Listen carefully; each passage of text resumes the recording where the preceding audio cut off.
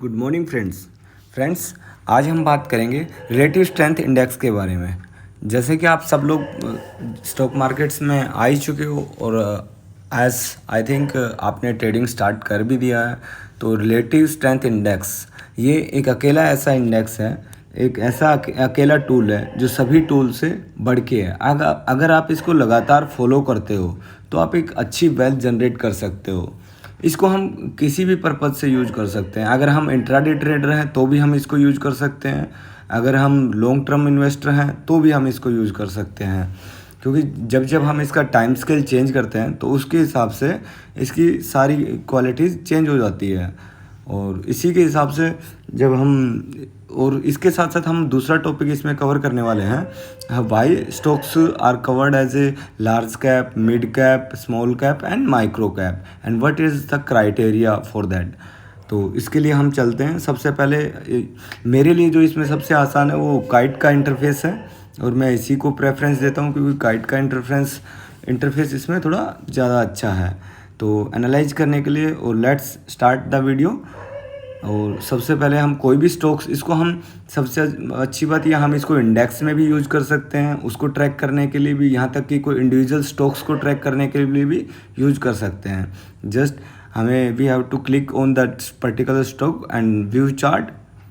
जब हम चार्ट पे लगाएंगे तो हमें स्टडीज़ के लिए क्लिक करना होगा और जब स्टडीज़ पे क्लिक करेंगे यहाँ पे हम टाइप करेंगे RSI और यहाँ पे हम सिंपल RSI को सिलेक्ट करेंगे और उसके बाद में हम अपने चार्ट को बड़ा कर लेंगे।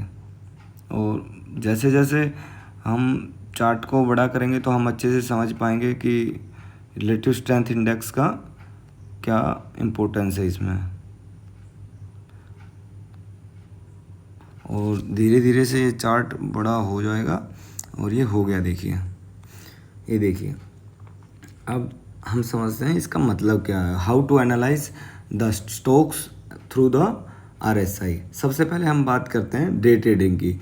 जब हम 10 मिनट के अंतराल में काम करते हैं उस समय ये कैसे काम करता है।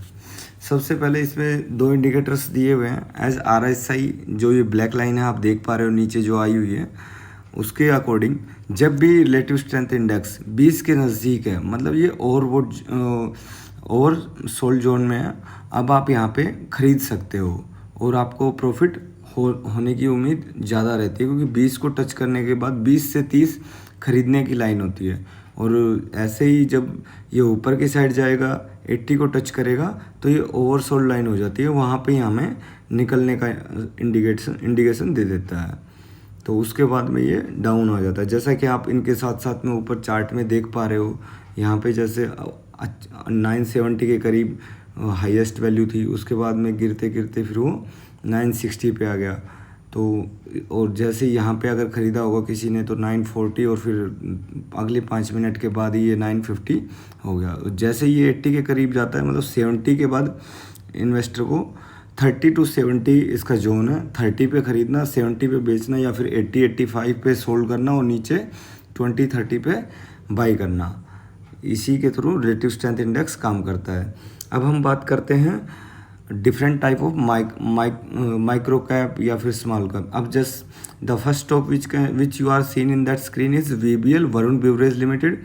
As you are able to see the micro, why it is large cap, because its market cap is more than 1,25,639 crore, which is more than 25,000 crore. And आप अपनी स्क्रीन के ऊपर जो ये वरुण बेवरेज लिमिटेड आ रहा है यहाँ पे देख पा रहे हो कि इसके सामने लार्ज कैप लिखा हुआ है।